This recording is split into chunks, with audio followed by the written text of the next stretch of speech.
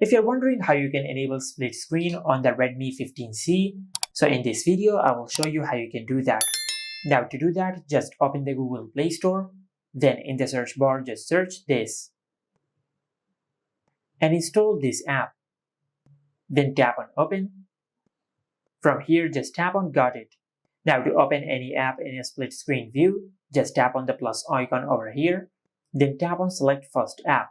And from here just select the first app which you want to open in a split screen view. For example, I will select Google Chrome. Then tap on select second app, and from here just select the other app which you want to open in a split screen view. For an example, I will select calculator.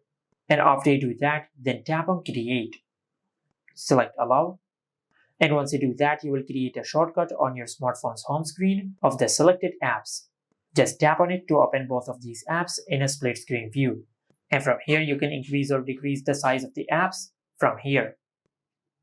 Just like that. And if you go to your home screen, the shortcut will remain on the home screen. Just tap on the shortcut and you will open both of these apps in a split screen view. And this is how you can enable split screen on the Redmi 15C. Make sure to like, comment and subscribe. Thank you for watching.